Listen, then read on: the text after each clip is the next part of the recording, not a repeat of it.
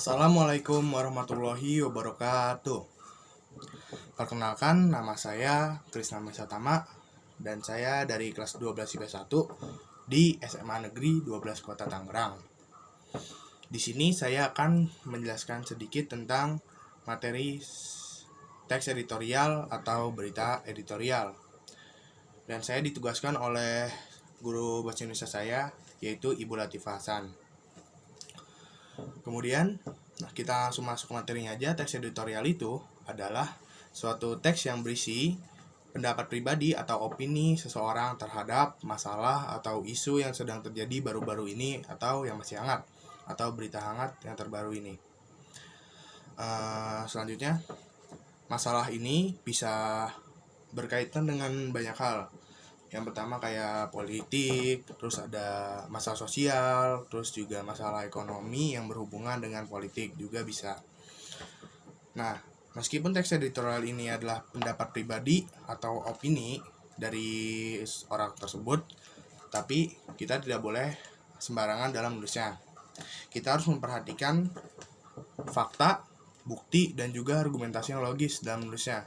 Jika tidak, maka bisa saja berita yang teks yang kita buat itu adalah atau teks tersebut berisi informasi yang tidak valid atau bisa disebut berita palsu yang sering kita dengar dengan berita hoax. Oke. Selanjutnya saya akan memberitahu strukturnya. Dalam teks editorial ini terbagi menjadi 3 struktur yang menyusun teks editorial. Yang pertama ada pernyataan pendapat atau tesis. Itu biasanya ada di bagian awal tesis. Terus yang kedua ada argumentasi. Argumentasi juga biasanya ada di bagian tengah dari teks tersebut. Terus ketiga ada penegasan ulang. Dan biasanya juga penegasan ulang adanya di bagian terakhir. Selanjutnya saya akan memberitahu tujuan dari teks editorial ini. Ada 2 tujuan utama dalam teks editorial. Yang pertama adalah teks editorial mengajak orang-orang yang membacanya untuk berpikir mengenai masalah atau isu yang terjadi baru-baru ini. Kemudian tujuan keduanya adalah teks editorial berfungsi juga untuk mengajak orang-orang yang tidak tahu tentang berita-berita terbaru yang terjadi baru-baru ini. Kayak orang yang tidak tahu itu kayak contohnya orang yang kurang update lah tentang berita-berita yang terjadi baru-baru ini. Oke, selanjutnya saya akan membacakan teks editorial yang berjudul Bahaya Pembukaan Bioskop, dan saya di sini juga akan menjelaskan di mana tesisnya, di mana argumentasinya, dan juga di mana penegasan ulangnya. Oke, saya akan bacakan. Bahaya Pembukaan Bioskop.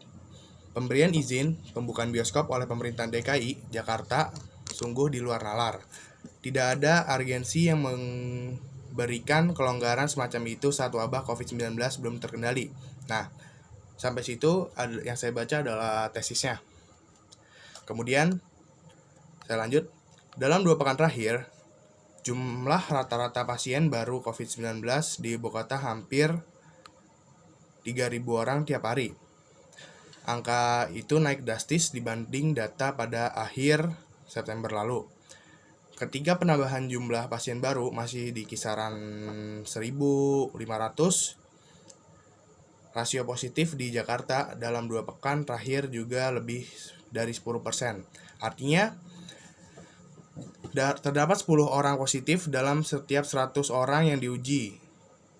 Situasi ini lebih buruk timbang bulan lalu, ketika rasio positif di Jakarta sempat berada di ambang batas aman. Ketika itu, sulit memahami alasan Gubernur DKI Jakarta Anies Baswedan mengizinkan bioskop segera dibuka lagi. Memang, sejak ditutup pada Maret lalu, ribuan karyawan sinema sudah dirumahkan. Terdapat 343 teater dengan 1.756 layar di Indonesia, lebih dari 50%-nya berada di Jakarta dan sekitarnya tutup. Menyebabkan industri perfilman ikut mati. Pusat perbelanjaan juga sepi pengunjung, tapi alasan ekonomi tak dijadikan pembenar untuk mengabaikan pertimbangan kesehatan dan keselamatan publik. Gubernur Anies beralasan pembukaan bioskop dimungkinkan selama protokol kesehatan dipatuhi.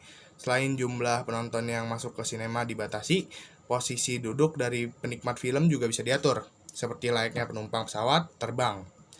Hal itu merupakan alasan mudah dipatahkan karena membuka bioskop sama saja dengan mengundang pusat keramaian baru. Risiko penularan virus corona bisa melonjak ketika titik-titik berkumpulnya warga kembali dibuka.